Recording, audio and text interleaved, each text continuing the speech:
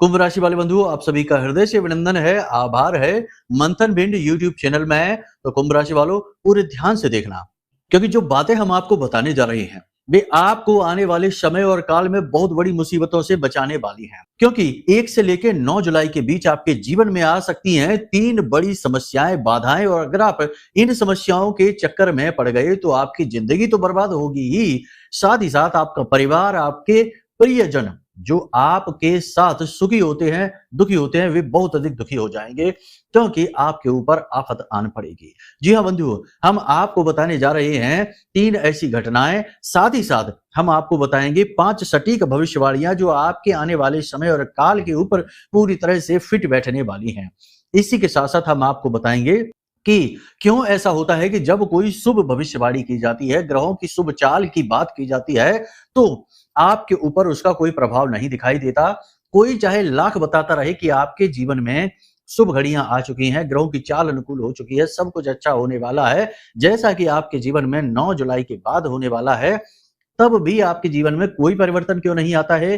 क्यों आपके प्रयास सफल नहीं होते हैं, जबकि आप तो अपनी तरफ से पूरी तरह से साफ सुथरे हैं, मतलब कि आप ईमानदार हैं, मेहनती हैं, दूसरों का भला भी करते हैं, कभी किसी की गलत, किसी की बुराई नहीं करते हैं, फिर भी आपके जीवन में क्यों समस्या आती है? क्यों ग्रहों की अच्छी चाल का लाभ नहीं मिलता, किसी के आशीर्वाद का लाभ नहीं मिलता, पूजा पाठ अनुष्ठान का फल भी नहीं मिलता है? इसका बहुत बड़ा गहरा कारण है जो हम आपको बताने जा रहे हैं। इसी के साथ साथ आपकी कुंडली के अनुसार हम आपको बताने वाले हैं कि एक ऐसी बाधा होती है जो यदि आपकी कुंडली में बन गई तो निश्चित तौर पर आप लाख प्रयास कर लेना, आप कभी भी सफलता की सीढ़ियां नहीं चढ़ पाएंगे, और यदि चढ़ गए तो एकदम से नीचे आ जाएंगे, यानी कि बर्बाद हो जाएंगे। कुछ न कुछ ऐसा होगा जो आपकी समझ में बिल्कुल भी नहीं आएगा, इसके बावजूद भी आप इस समस्या को सहेंगे, इससे परेशान रहेंगे। आप पूछते रहेंगे अपने मन से लगातार कि आखिर मेरी क्या गलती है, मैंने तो कुछ गलत किया ही नहीं, मैंने तो हमेशा दूसरों का भला किया, खूब मेहनत की, सब कुछ अच्छा किया, तब भी क्यों हम यहाँ इस स्थिति में फंस गए? मतलब कि आज का यह जो कार्यक्रम है, ये ना केवल आपके लिए बेहतरीन मार्गदर्शक है, बल्कि उन प्रश्नों के जवाब देगा जिन्हें आप भी लंबे समय से पूछते चले आ रहे हैं, और आपकी राशि के जातक, आप जैसे ना जाने कितने लोग लगातार पूछे चले जा रहे हैं, लेकिन उनके जवाब नहीं मिल रहे हैं। ये जवाब आपको मिलेंगे। साथ ही हम आपको बताएंगे 3 ऐसे स्थान जिन पर आपको 1 से लेकर 9 जुलाई के बीच भूल कर भी नहीं जाना है, वरना आपका आने वाला समय इससे बुरी तरह से प्रभावित हो जाएगा। ठीक है? तो कुल मिलाकर कार्यक्रम जो है वह हो सकता है कि बहुत सारे लोगों को थोड़ा-सा नेगेटिव लगे, क्योंकि हम यहाँ समस्याओं की बात कर रहे हैं ना, समस्याओं की बात करेंगे, उनके समाधान की बात करेंगे, विपरीत परिस्थितियों की बात करेंगे। तो ऐसे में बहुत सारे ऐसे लोग हैं जिन्हें आनंद, मजे लेने की आदत होती है, जो जल्दी-जल्दी से जीवन में बहुत कुछ हासिल करना चाहते हैं और जल्दी में रहते हैं। ऐसे लोगों को लग सकता है कि यहाँ तो केवल नेगेटिव बात हो रही है, लेकिन यहाँ असली बात हो रही है। देखिए, जब जीवन में लाख प्रयासों के बाद भी कामयाबी ना मिले, जीवन में हर प्रयास असफल होता चला जाए, आपका बुद्धि विवेक भी काम ना करे, तो जरूर जीवन में किसी प्रकार का, या यूं कहे कि इस जीवन लीला में किसी प्रकार की बाधा है, कोई रोग है, और उसे यदि ना जाना गया, ना ढूंढा गया, और उसकी मुक्ति के लिए कुछ उपाय समाधान ना किए गए, तो जीवन भर की पीड़ा आपको उपहार स्वरूप मिल जाएगी। जी हाँ। अब ऐसे में कहें कि ये तो नेगेटिव बात है, इसकी बात क्यों कर रही हैं, अच्छी-अच्छी बातें करिए। तो ये तो वही बात हो गई कि जीवन में तूफान मचा है और हम आंखें बंद करके बैठ गए कि सब शांति छा गई। लेकिन ऐसा तो वास्तविकता में होता नहीं है। कहने का मतलब यह है कि जागरूक बनना होगा, कमियों को देखना होगा, नकारात्मकताओं को पहचानना होगा, उपाय समाधान भी करने होंगे, और मेहनत, प्रयास, कर्म, संकल्प सब कुछ अपने साथ लेकर चलना पड़ेगा। धर्म, आध्यात्म, भगवान और आशीर्वाद भी। फिर मिलती है कामयाबी, और ऐसी कामयाबी मिलती है जो कभी फिर हिलती नहीं है। जीवन भर के लिए स्थिर कामयाबी, पीढ़ियों तक जाने वाली, उसी कामयाबी की चर्चा आज हम करने जा रहे हैं। तो चलिए, उम्मीद करते हैं कि सारी बातें आप समझ रहे हैं। कार्यक्रम में अंत तक जरूर ठहरेंगे। आपके प्रश्नों के जवाब, गहरे जवाब, गूढ़ जवाब आपको इस कार्यक्रम में मिलने वाले हैं। तो बस तैयार हो जाइए मन की शंकाओं का समाधान करने के लिए। महामाई को याद करते हुए कमेंट बॉक्स में पूरे भक्ति भाव के साथ लिख डालिए, जय मां भद्रकाली, कृपा करो। महामाई निश्चित तौर पर आपके ऊपर कृपा कर चुकी हैं, जो हमने यह निश्चय लिया माई की अनुभूतियों के आधार पर कि आपको इस विषय पर बताया जाए, गहराई समझाई जाए, कारण बताए जाए, समाधान बताए जाए। तो बस माई को आभार व्यक्त करिए और भाव यदि गहरा है तो महामाई के लिए कमेंट बॉक्स में लिख डालिए कि मैं भी माई के परिवार का हिस्सा हूं। माता रानी आपको पूर्ण प्रेम आशीर्वाद देंगी। और यदि माई ने आपको अपनी गोद में उठा लिया, अपना लाड़ दुलार प्यार एक बालक की भांति आपको देना शुरू कर दिया, तो दुनिया की बड़ी से बड़ी शक्ति भी आपका बाल बांका नहीं कर पाएगी, याद रखना। तो चलिए बंधुओं, अपने मूल विषय को शुरू करते हैं।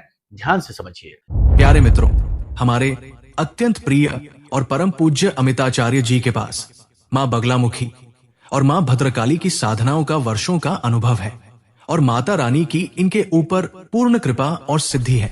आचार्य जी ने अपने सटीक कुंडली विश्लेषण और श्रेष्ठतम उपायों के माध्यम से हजारों लोगों के जीवन को खुशियों से भरा है। आचार्य जी का कुंडली विश्लेषण और उपाय करवाने का तरीका इतना अद्भुत है कि जीवन के हर एक दुख और कष्ट का कारण जड़ से ही समाप्त हो जाता है।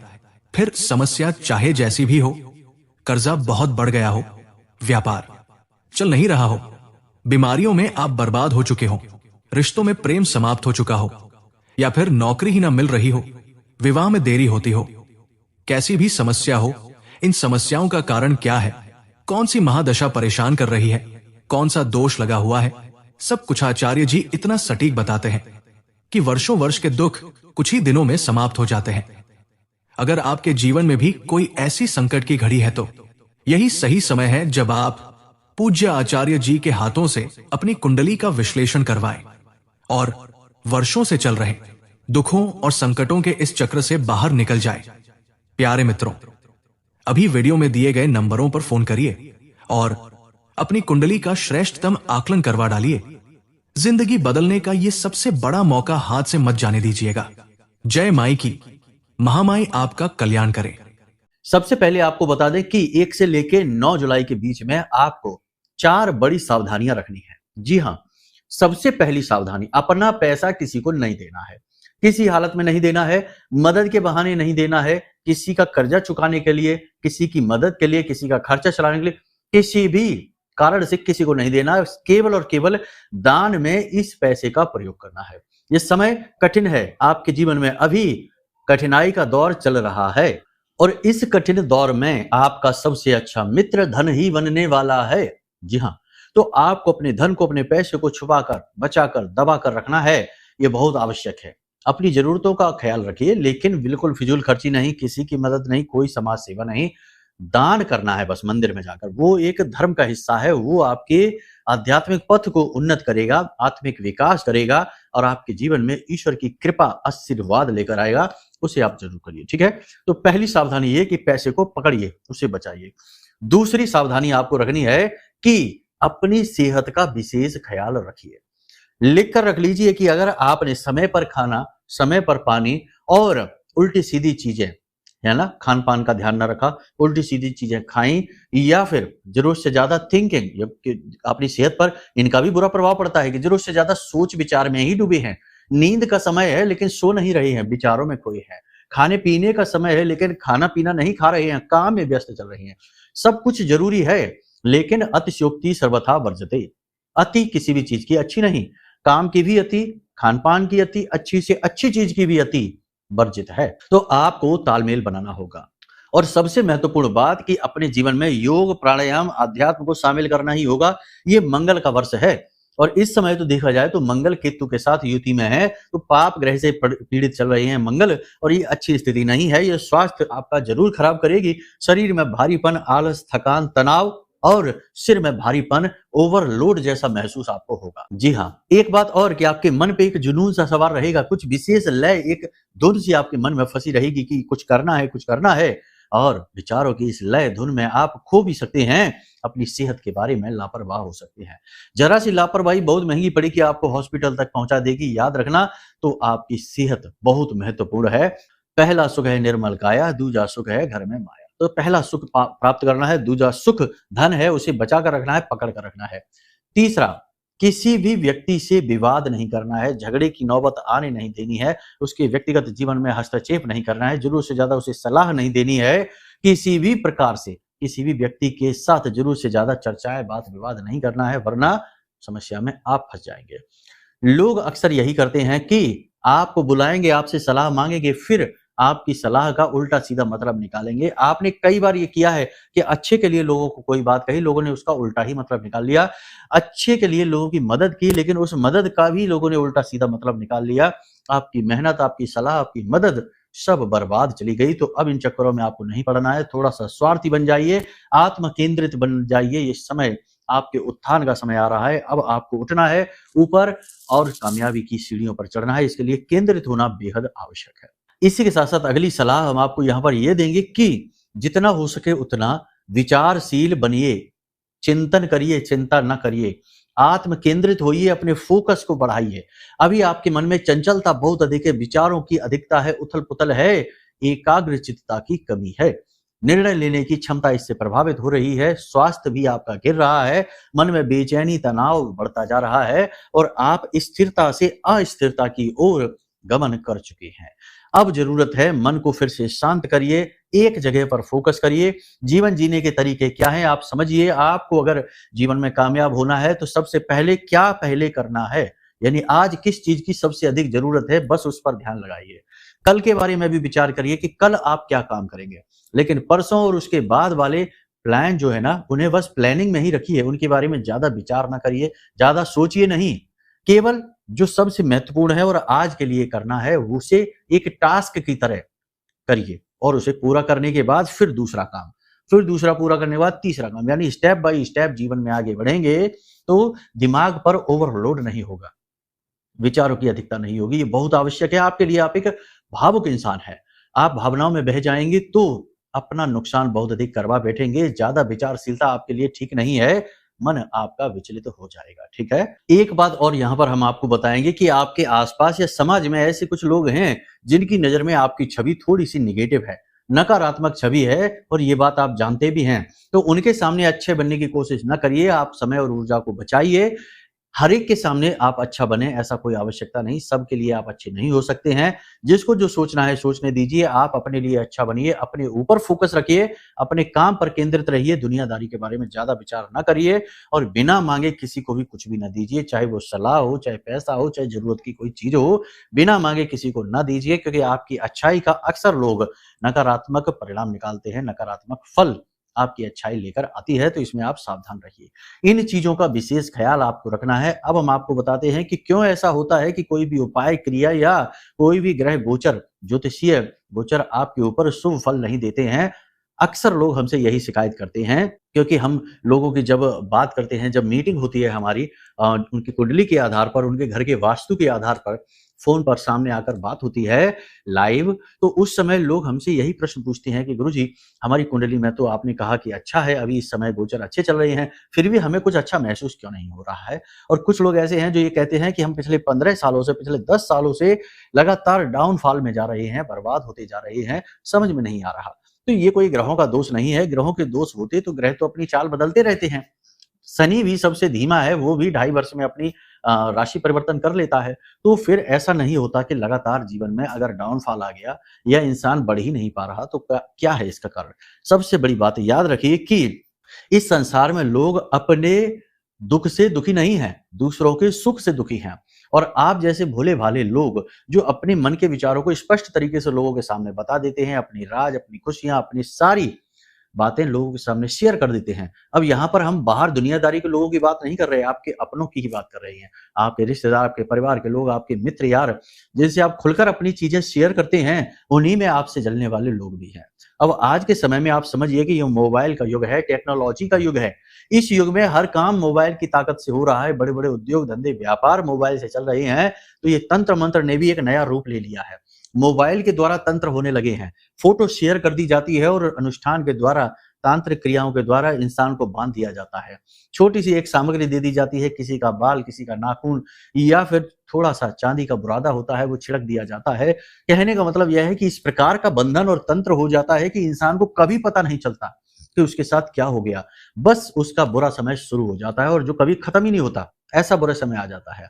तो अब ऐसे बुरे समय से यदि आप जूझ रहे हैं और हर एक भविष्यवाणी गलत साबित हो रही है और लाख प्रयास के बाद भी आप आगे नहीं बढ़ पा रहे हैं, तो 100% इस प्रकार का बंधन, तंत्र, क्रिया, नकारात्मकता आपके ऊपर कर दी गई है।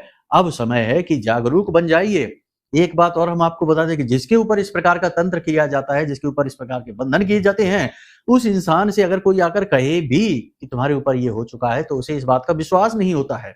वो इन बातों को सिरे से नकार देता है, झुठला देता है।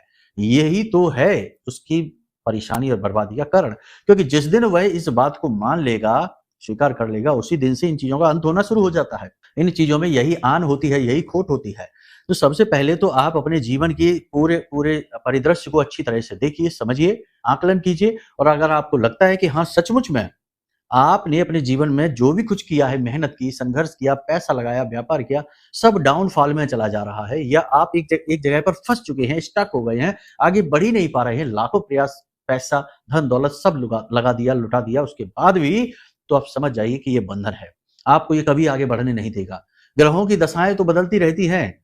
कहा जाता है ना, एक हमारे जिन्होंने हमसे मीटिंग की थी, उनकी कुंडली हमने देखी थी, उन्होंने भी कहा कि गुरुजी, हम तो पिछले 10-12 साल से परेशान हैं, आज तक कभी अच्छा समय ही नहीं देखा। आखिर ये कैसी ग्रहों की बाधा है जो पीछा ही नहीं छोड़ रही है?